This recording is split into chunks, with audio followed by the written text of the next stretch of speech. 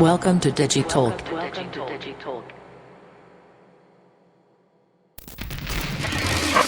Alex, look, I've seen a lot of emerging technologies, and drones have been something that have really taken off, pun intended. Now, I've seen a lot of drones that are controlled by operators, sometimes at very great expense. I've seen some autonomous drone systems where they live inside a house, effectively, and they fly around, do all sorts of crazy things. But most of those are dedicated towards the world of oil rigs and security, but not security in terms of what you're doing, but security of like huge places, huge compounds, that kind of thing. Looking for gas leaks in pipes, all of that good stuff. You're taking it in a different direction. Before we get into some questions, why don't you tell everybody in the audience what you're doing and what's remarkable about your drone system? Sure. So first of all, I actually don't think humans should be flying drones. I don't think humans should be driving. I really am. I'm shocked by the fact that people are allowed to drive. That's outrageous. These vehicles should be driving themselves. Drones should be flying themselves. It's much safer, it's much easier. If the system is built to do that, you'll ultimately build a much better system. I agree, actually. I came this close to getting run over by a Bulgarian taxi driver yesterday. Right. So. Yeah, no, it's outrageous. So what we do is we are building the next generation security system. We are starting with residential security. We think residential security is a really interesting market that's ripe for disruption. But what we're building is actually much broader than that. It can be applied to a lot of different things. What's interesting to me about the security market is that it's huge. It's very lucrative. It's a universal need. Everybody needs to have security. Everybody wants to have security. But it's completely outdated. There's no new technology in security that I've seen besides maybe the Ring doorbell. When you think of a home security system, you have the little door and window sensors which go off all the time for no reason. You might have a camera or two. That's nothing new. CCTV camera's been around for 50 years. And you have this like ugly keypad, on the wall that you maybe forget to arm or forget to disarm. And the universal experience with security systems is negative. Everybody hates their security system. But they keep buying them and they keep paying for them. The retention in the security business is staggering. It's like not in the 90%. Nobody ever cancels their security system because, you might still need it, so you kind of keep going and going. So to me, this is the market that's worth disrupting. It's like the taxi market before Uber. Universally unpleasant, bad experience, rip-offs, just unpredictability, and then suddenly comes around who can see the next technology around the corner, who can apply that to that market, and that's how you actually take an unsexy market and turn it around into something useful. So with security, we think that the time is right because you have this incredible advances in robotics, in autonomy, in computer vision, in, what does it say on the slide? In AI, and in machine learning. And then all of those things combined give you this opportunity to be able to build a new paradigm for how you will actually address that market. Nice. In terms of what it looks like, how it actually works, what is the system? What is the solution? Yeah, so we think that drones are going to be the next revolution in security industry. Robots in general, but drones very specifically, because drones can fly, they can operate in 3D space, they can accomplish much more just with their presence. And the system that we're building is unique in a few different ways. One, we can cover comprehensively a much larger area. So one drone can cover almost 4 acres, 150 meters in each direction in under 30 seconds. So 30 seconds is probably about the time that it takes you from when you get an alarm to pick up your phone and to find the app which shows you the camera. Instead, an alarm goes off, a drone is already deployed.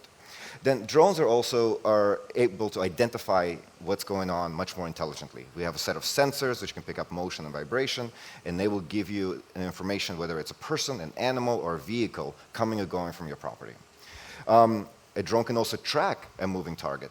So normal security cameras, if you've ever seen those panels of like 16 screens, a person walks through on camera 2 from this corner to that corner, and a person walks on camera 6 from this corner to that corner. Try to reconstruct that in your head. Try to actually look at that camera and understand what is happening, without being trained to do it. With a drone, it's always positioned in the optimal location to give you the right observation.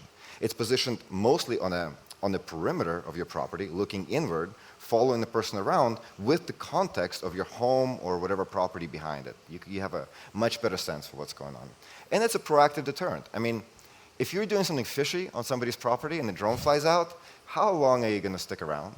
You know, like, it's very similar to a security guard that walked out, at the very least a dog that just starts barking. The notion of being noticed is very critical here.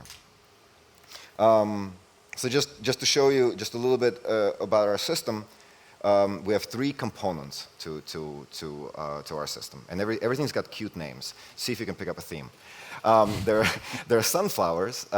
They're essentially garden lights. They look like garden lights, they work like garden lights, they quack like garden lights. For all practical purposes, they're just nice lights around your property. But really, they're very sophisticated motion and vibration sensors. You place them around your property in strategic areas, and they will see what's going on. If they detect something unusual, then our second product flies out. We call it the bee. It's a cute little drone. It's about a foot squared. It's about this big. It flies out. It flies quite fast. It gets there, and it's essentially a flying security camera. It can go anywhere. It can see whatever it wants to do. And when it's done, it comes back, and it lands into its little nest. We call it a hive. And that's it. Nice. That's really good. Do people buy these with dollars or honey? You buy with dollars, it makes honey. Oh, right? nice. That's how it works, I think. So what does it look like? I mean, do you have a video you can show us? I might. Sorry. I guess I should probably point this out. So we have an app, of course. Of course, you got an app. Yeah. Why wouldn't you have an app? That's it's that type of. We're that type of company. The app is supposed to be really, really simple. We don't want people to get fiddly with. Essentially, you have 4 functions. You have a map of your property, just shows you what's going on. And so in that picture, you should see that's my house, and you can see somebody walked up to my front door. Whether that's unusual or not, that's kind of besides the point. If it was unusual, then I will get an alert. If it's not, I would just kind of ignore it. Then I see a plain English list of events which took place. And our system can identify people, animals, and cars and where they are. So instead of getting like a notification saying that, oh, alarm, went off or something, it just says like an animal was detected in your backyard. A person came to your front door. You can decide whether that's an event worth, stressing out about or not. And then you can basically say, look at the different portion of my property. And so those little, in the third picture, those little dots, those are the locations. Those are virtual observation zones. Imagine if you actually had a stationary camera installed there. Or you can do what we call a sweep. It's just a slow flight around the perimeter. And then you just get video. That's essentially the whole system. Nice. And I can show, we do have a little video. This is our first public installation. So we started a company a few years ago. We raised money, we built the technology, and this is the first time anybody has seen this in the world, by the way. We did this 3 weeks ago. I literally got the video yesterday and asked them to include it. So this is our first public installation. Check it out. This spectacular home is the personal home of Malik and Janai. They are world-famous architects. They do this amazing work. But this is a home they built for themselves. They use it both to show off just their architecture and their design, but also they chuck it full of amazing technology, and they wanted to have our system to showcase what the next generation security system could look like over their property. We're going to try and have the drone come over and inspect us right behind us. The drone has a 3D property map. When you tell it to fly out somewhere, it actually computes the flight path around all the obstacles to give you the observation angle. Our house was designed to be very futuristic. We have the most high-tech security cameras already installed in the house, but it's still static. You have to go jump from camera to camera. But the beauty of this is you can actually go around your house wherever you want to at any given time. It's on your fingertips. We don't even have to be at home. You could be anywhere in the world. It just looks so cool.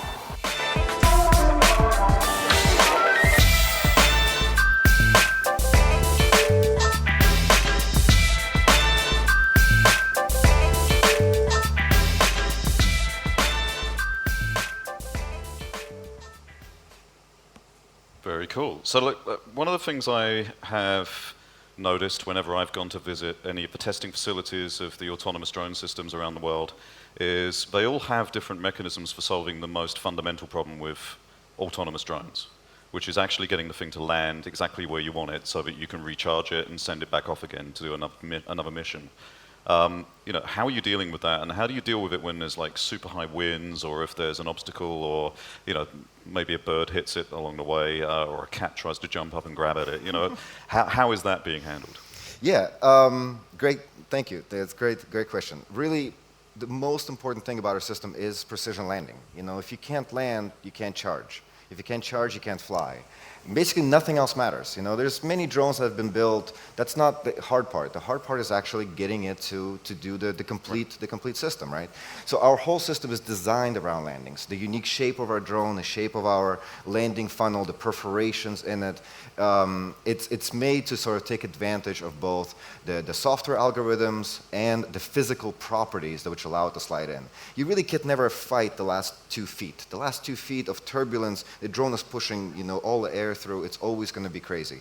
But the way that the system is designed is to allow you to do that. And one of the fun things of my job is testing how well our system works. So I have a short other video to share. This is just a normal day at the office.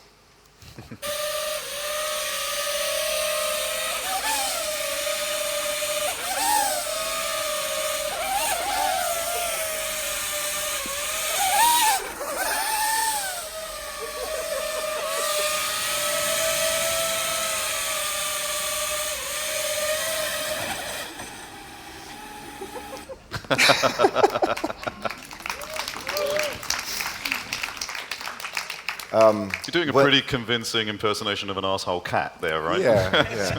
I'm afraid if the system becomes really sentient, it's going to see this video and come back, go after me. So don't show it to anybody. I mean, that's great, and clearly it works really well, and you've done a lot of work to make that happen. But, I do have a question. I mean, that house that we saw, that's in California. Yeah. California is a fairly nice place, but it's in the United States of America. And, the US has this really interesting problem. Healthcare is not a right, but owning a gun is. So, people who want to go ahead and get into your house, what's stopping them from just shooting your drone out in the sky? Good question. So, yes, you can shoot it out of the sky in the same sense that you could shoot security cameras or anything else. But here's what's going to happen. So, if you were trespassing on our property, that's a misdemeanor at best. You call the police, the slap on the wrist. If you shot down a lawfully operating aerial vehicle in federal airspace, that's a 20-year felony. And by the way, you did that when you were on camera of the drone. Right. And the video is streamed to the cloud, so even if you shot the drone down, the video is still out there. So, yes, you can do it. However, you have greatly escalated your situation. Yeah, I mean, it's an interesting solution to the problem. I mean, I think everybody thought that problem would exist when we started talking about delivery drones, right?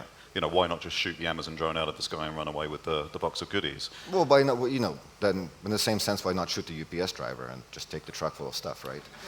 You're not. If anything, your haul is going to be better, and it's already in the truck, which you can take. I mean, right? I wouldn't do it to a UPS driver, maybe a FedEx driver. I mean, they deserve it.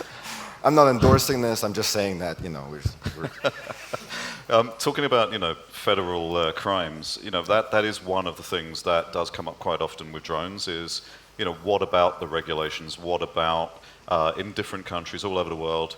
They have different rules when it comes to where you can fly drones, how high you can fly them, how often you can fly them. How are you managing that process, and how much of your time is in that regulatory part? Almost no time. So regulations are moving. They're moving very fast. Most people who have ever dealt with FAA have never seen anything like this. Essentially, 2 years ago, it was complete Wild West. Now there are some common sense regulations. Now there is a waiver process, an exemptions process in order to be able to do this. The way I'd basically like to talk about it is that if you believe that delivery drones will happen, and most people assume, maybe 5 years, maybe 10, but delivery drones are basically going to happen. If you believe that, then what we are doing is only a subset of those regulations. We fly over your property. We fly under 50 meters, and by the way, most regulations let you fly to 150.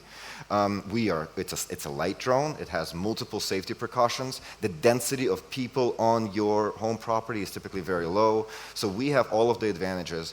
And if anything, our system is going to be what paves the path for delivery drones and for autonomous vehicles and for other things which are operating on a broader scale once we're able to show that it's safe and reliable. So yeah, we're very confident that those regulations are going to come into place, and we are building the system to be essentially ready when this is there.